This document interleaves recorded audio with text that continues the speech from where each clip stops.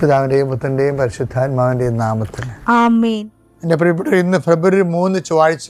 അമ്മേ പരിശുദ്ധ അമ്മേ, അമ്മേ പരിശുദ്ധമേ, ദൈവമാതാവേ, കൃപാസനത്തിലൂടെ ഞങ്ങൾക്കും ഞങ്ങളുടെ ദേശത്തിനും അമ്മ മധ്യസ്ഥം തേടി തന്ന എല്ലാ അനുഗ്രഹങ്ങൾക്കും കൃപകൾക്കും ഞങ്ങളിപ്പോൾ ഹൃദയം നിറഞ്ഞ നന്ദി പറയുന്നു. അമ്മേ പരിശുദ്ധമേ, ദൈവമാതാവേ, 2004 ഡിസംബർ 7 ഉച്ചകഴിഞ്ഞ് 2:30 കൃപാസനത്തിൽ സംഭവിച്ച അമ്മയുടെ പ്രത്യക്ഷപ്പെടലിനെ കുറിച്ച് തിരുസഭയ്ക്ക് സമർപ്പിച്ചിരിക്കുന്ന പഠനരേഖകളുടെ മേൽ സഭാത്മകമായ പഠനം ആരംഭിക്കുവാൻ ഞങ്ങൾ പ്രാർത്ഥിക്കുന്നു. അമ്മേ പരിശുദ്ധമേ, ഭൂസ്വർലോകങ്ങളുടെ രാജ്ഞിയായ അങ്ങേയ്ക്ക് ഭൗമസംരക്ഷണത്തിനായി പ്രപഞ്ചപ്രകൃതിയെ തന്നെ തിരുസഭ പ്രതിഷ്ഠിക്കുവാൻ ഈ പ്രത്യക്ഷീകരണം വഴി ഇടയാക്കണമേ. പരിശുദ്ധമേ, ജപമാല മാതാവേ, സകല കൃപാസനം പ്രാർത്ഥനയോടും ചേർത്ത് ഞങ്ങളിപ്പോൾ പ്രാർത്ഥിക്കുന്ന ഈ കുടുംബത്തിന്റെ പ്രത്യേക നിയോഗം പറ മക്കളെ.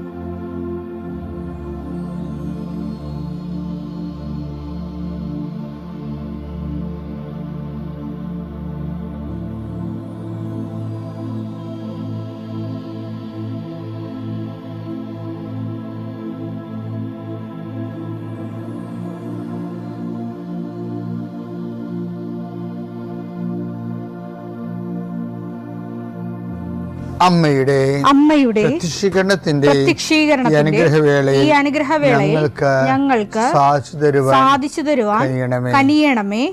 ആമേൻ. വിശ്വാസ പ്രമാണം. സർവശക്തനായ പിതാവും ആകാശത്തിന്റെയും ഭൂമിയുടെയും സൃഷ്ടാവുമായ ദൈവത്തിൽ ഞാൻ വിശ്വസിക്കുന്നു. അവിടുത്തെ ഏകപുത്രനും ഞങ്ങളുടെ കർത്താവുമായ ഈശോ മിശിഹായിലും ഞാൻ വിശ്വസിക്കുന്നു.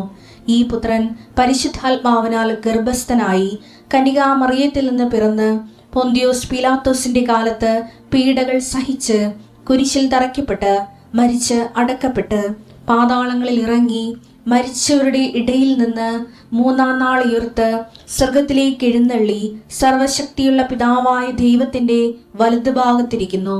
അവിടെ നിന്ന് ജീവിക്കുന്നവരെയും മരിച്ചവരെയും വിധിക്കുവാൻ വരുമെന്നും ഞാൻ വിശ്വസിക്കുന്നു. പരിശുദ്ധാത്മാവിലും ഞാൻ വിശ്വസിക്കുന്നു. വിശുദ്ധ കത്തോലിക്കാ സഭയിലും പുണ്യവാന്മാരുടെ ഐക്യത്തിലും പാപങ്ങളുടെ മോചനത്തിലും ശരീരത്തിന്റെ ഉയർപ്പിലും നിത്യമായ ജീവിതത്തിലും ഞാൻ വിശ്വസിക്കുന്നു. ആമേൻ.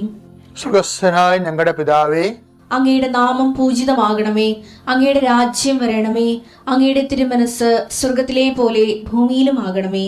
അന്നു വേണ്ടുന്ന ആഹാരം ഇന്ന് ഞങ്ങൾക്ക് തരണമേ. ഞങ്ങളോട് തെറ്റ് ചെയ്യുന്നവരോട് ഞങ്ങൾ ക്ഷമിക്കുന്നത് പോലെ ഞങ്ങളുടെ തെറ്റുകൾ ഞങ്ങളോടും ക്ഷമിക്കണമേ.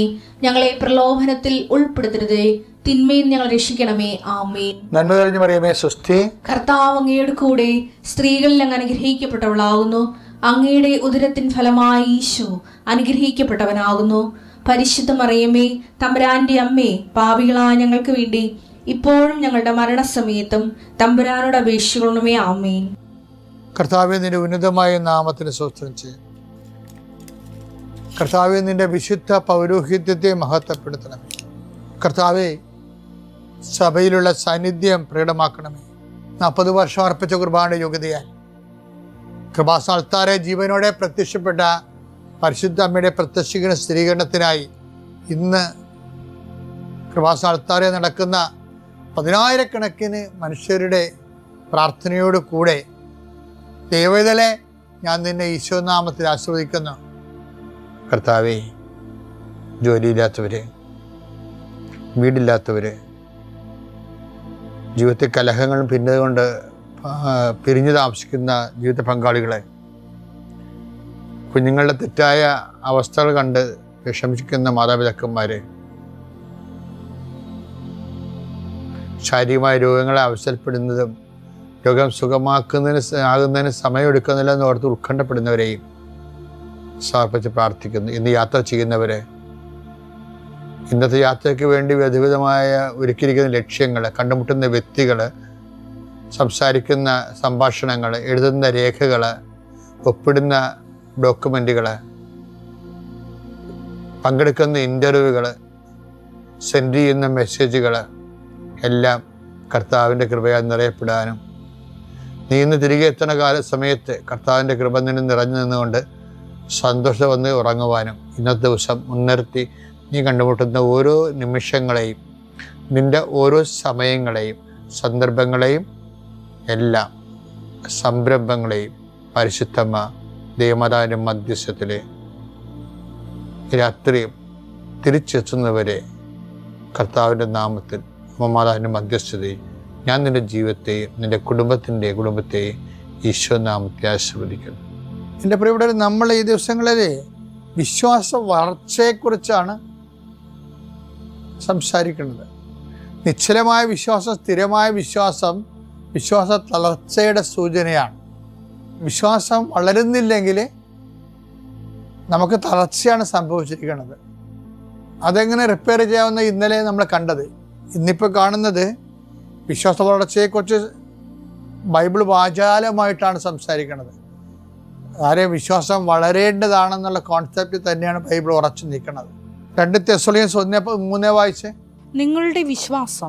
നിങ്ങളുടെ വിശ്വാസം സമൃദ്ധമായി വളരുകയും നിങ്ങൾ ഏവരുടെയും പരസ്പര സ്നേഹം വർദ്ധിച്ചു വരികയും ചെയ്യുന്നതിനാൽ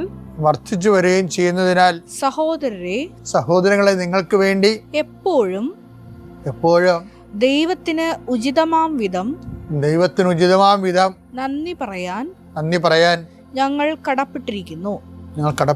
അതായത് തെസ്സലോനിക്ക സഭയുടെ വിശ്വാസം, അതായത് their faith is growing more and more. വിശ്വാസത്തിലേക്ക് അവർ മുന്നേറിക്കൊണ്ടിരിക്കുക. അപ്പോൾ വിശ്വാസത്തിലേക്ക് മുന്നേറുമ്പോൾ എന്നാ സംഭവിക്കണത്? ഒരു ഐഡിയോളജിക്കൽ കോൺസെപ്റ്റ് അല്ല അവിടെ വർക്ക് ചെയ്യണത്, ആശയപരമായിട്ടുള്ള വിശ്വാസമല്ല. മറിച്ച് വിശ്വാസത്തിൽ നിന്ന് വിശ്വാസത്തിലേക്ക് ഒരാൾ മുന്നേറിയാൽ അത് നേരത്തെ പറഞ്ഞ പോലെ സുവിശേഷ വിഹിതമാണ്, രക്ഷാകരമാണ്, യേശു കേന്ദ്രീകൃതമാണെങ്കിൽ അത് പരസ്പരമുള്ള സ്നേഹം വർദ്ധിക്കും. വിശ്വാസം ഉണ്ടെന്ന് പറയുന്നവൻ, വിശ്വാസത്തിൽ വളർന്നുവെന്ന് പറയുന്നവൻ ഉടനെ ചെക്ക് ചെയ്യേണ്ടത് മനുഷ്യരോടുള്ള സ്നേഹം വർദ്ധിച്ചോ എന്നാണ്. ഈ സ്നേഹത്തെയൊക്കെ വിശ്വാസം ആയിട്ടാണ് ബൈബിള് വിശ്വാസത്തിൻ്റെ എക്സ്പ്രഷൻസാണ്, വില കൂടിയ എക്സ്പ്രഷൻസാണ്. വിശ്വാസത്തിൻ്റെ മൂല്യവത്തായിട്ടുള്ള എക്സ്പ്രഷൻസാണ് പരസ്പര സ്നേഹം എന്നുള്ളത്. വിശ്വാസം കൂടിയെന്ന് പറഞ്ഞാൽ ദൈവം നോക്കണത് സ്നേഹം വർദ്ധിച്ചോ എന്നാണ് നോക്കണത്.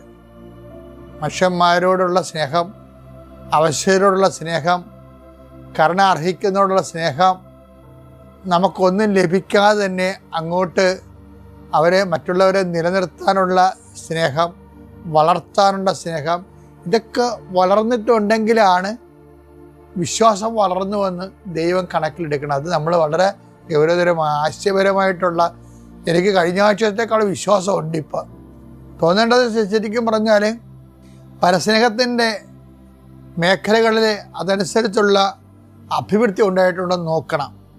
ശ്രദ്ധിക്കുമല്ലോ.